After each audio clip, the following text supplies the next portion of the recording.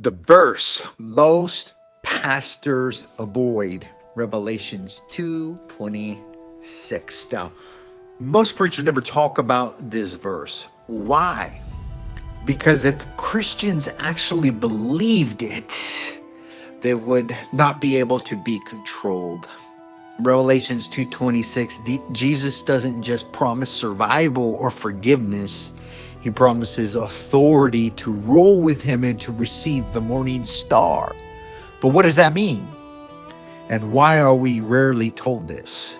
Let's talk about the verse that most pastors avoid.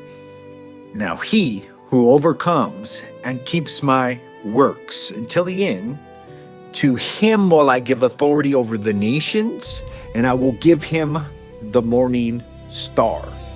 Now let that hit for a minute. It's not just gets to heaven. Jesus says if you overcome, you will reign. You will not just be rescued, you'll be elevated and you will be promoted. Now, let me give you a quick breakdown. It's overcome plus condition. Now, he who overcomes and keeps my works. The Greek word for overcome means to conquer, to be victorious. Not flawless, but faithful. Now, Jesus is saying if you stay loyal through pressure and compromise and persecution, you will rule with him.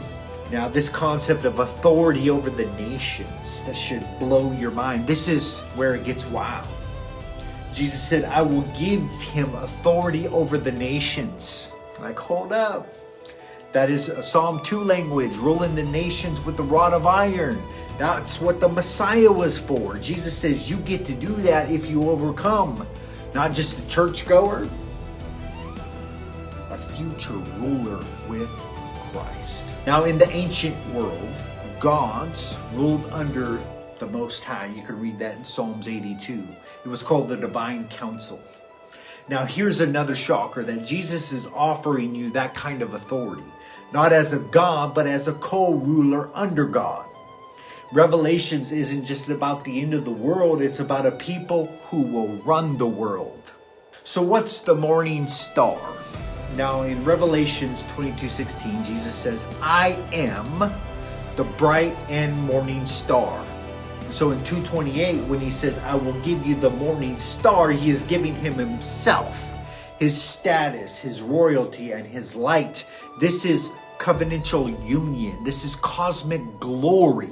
You have been saved to be glorified. Now, in biblical thought, nations were under hostile powers. But Jesus says that I'm going to flip the script and you're going to rule the nations. That's cosmic geography, divine reversal. God puts you in charge. Now that's a calling.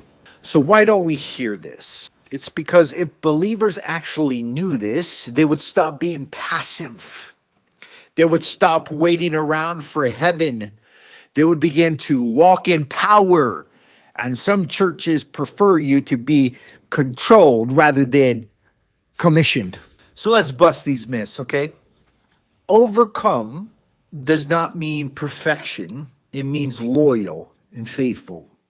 Still standing while others bowed. Now, this is not just a promise for the super saints, because you would already be disqualified. Jesus is talking to ordinary believers who stay steadfast in believing allegiance. Now, authority over the nations doesn't mean Christian empires, and it doesn't mean politics. It is eschatological. It is future. But it does mean that you're in training right now, and that your obedience today is preparation for tomorrow. And your future self will think your present self. Okay? So what do? We don't water it down. The morning star isn't just a hope or a nice thought. It is a shared participation, glory, transformation, and union with the risen Christ in his rule. He doesn't just invite you to follow. He invites you to begin to rule and reign with him. Now, if this is true, and it is, your sufferings are not pointless. Your faithfulness isn't forgotten. You're not just a witness, you are a future world leader under the Messiah. You don't need a platform. You already have a throne that is waiting for you in the future. Now, church shouldn't feel like a waiting room. It should feel like a war room, a royal training ground for the sons and daughters of God. You're not just surviving, you are in formation, because the one you serve is coming back and he's not coming alone. Okay? This is big picture stuff. We are heirs of God and co-heirs with Christ. If we endure, we will also reign with him. The whole Bible screams this truth. But we've settled for Jesus loves me, this I know. He does, but he also empowers you to stand and to learn your authority. Okay? So real talk, are you overcoming or are you just coasting? Because the promise isn't automatic. Jesus said it's to the one who overcomes, not the one who attends. Are you conquering today?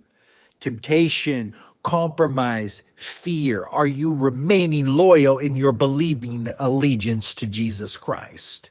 Now, this passage is not a footnote. It's your identity. You are a future ruler under Christ, a bearer of divine authority, the kind of person that the enemy fears because you know who you are. This is the gospel that you were never told, and I'm sorry about that.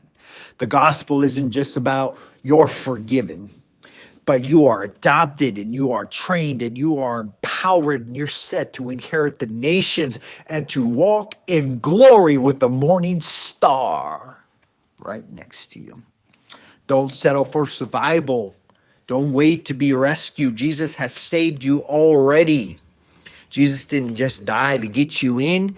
He died to raise you up. Reigning is your destiny, but endurance is your past. So will you overcome? Man, if this woke something up in you, subscribe. This is what we're here to do. The verses most pastors avoid, the promises you were never told. Let's build a community of overcomers. Comment below. What are you overcoming right now, right at this moment?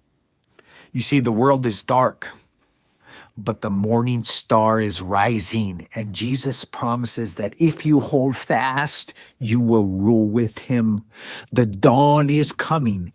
Get ready to reign with him.